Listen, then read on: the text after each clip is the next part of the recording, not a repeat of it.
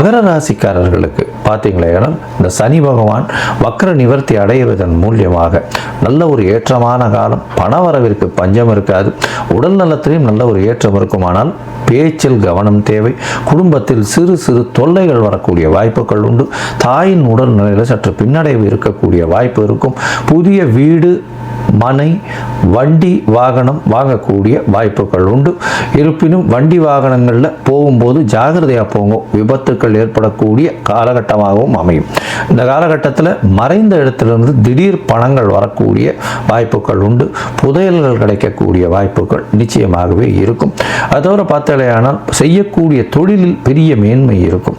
இந்த இதில் road contract எடுக்கிறவங்க, சின்ன சின்ன அரசியல் சம்பந்தப்பட்டவங்க, இவங்களுக்கெல்லாம் ஒரு பெரிய ஏற்றம் கிடைக்கும். ஹெச்ஆராக இருக்கிறவங்க, ஹெட் ஆஃப் த டிபார்ட்மெண்ட்டாக இருக்கிறவங்க, இவங்களுக்கு ஒரு பெரிய ஏற்றம் இருக்கும். இரும்பு சம்பந்தமாக ஸ்டீல், அயர்ன் இந்த மாதிரியான வியாபாரங்கள் பண்ணுறவங்க, இவங்களுக்கு ஒரு பெரிய ஏற்றங்கள் இருக்கும். கொடை, கருப்பு கலர் கொடை, இதெல்லாம் நல்ல ஒரு ஏற்றத்தை கொடுக்கும். சரி, இந்த காலகட்டத்தில் பார்த்தீங்கன்னா நீங்கள் அந்த அருகில் இருக்கக்கூடிய இந்த குச்சனூர் கோவிலுக்கு, அதாவது சனி பகவானுடைய கோவில் குச்சனூரில் இருக்குது, அந்த கோவிலுக்கு போயிட்டு வர்றது மூலியமாக உங்களுக்கு சனி பகவானால் ஏற்படக்கூடிய தொல்லைகளிலிருந்து நல்ல விடுதலை கிடைக்கக்கூடிய வாய்ப்புகள் நிச்சயமாக உண்டு. இந்த காலகட்டத்தில் பார்த்தீங்கன்னா உங்களால் முடிஞ்சது சனி பிரதோஷம் வந்ததேயானால் சனி பிரதோஷத்துக்கு விரதம் இருந்து பண்ணுங்க.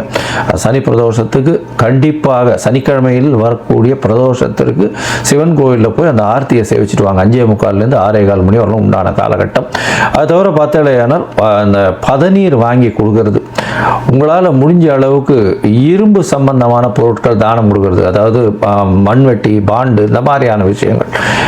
உங்களால் எதுவும் முடியலையா, ஆணி அது வாங்கி தானமாக கொடுங்க, சுத்தியல் வாங்கி தானமாக கொடுங்க, ஸ்க்ரூ டிரைவர் வாங்கி தானமாக கொடுங்க, இரும்பு சம்பந்தப்பட்ட விஷயங்கள், எண்ணெய், நல்லெண்ணெய் வாங்கி தானமாக கொடுங்க. இதெல்லாம் பண்ணுறதன் மூலியமாக உங்களுக்கு வரக்கூடிய பிரச்சனைகள் எல்லாமே தவிடுபடியாக போகக்கூடிய வாய்ப்புகள் நிச்சயமாக உண்டு.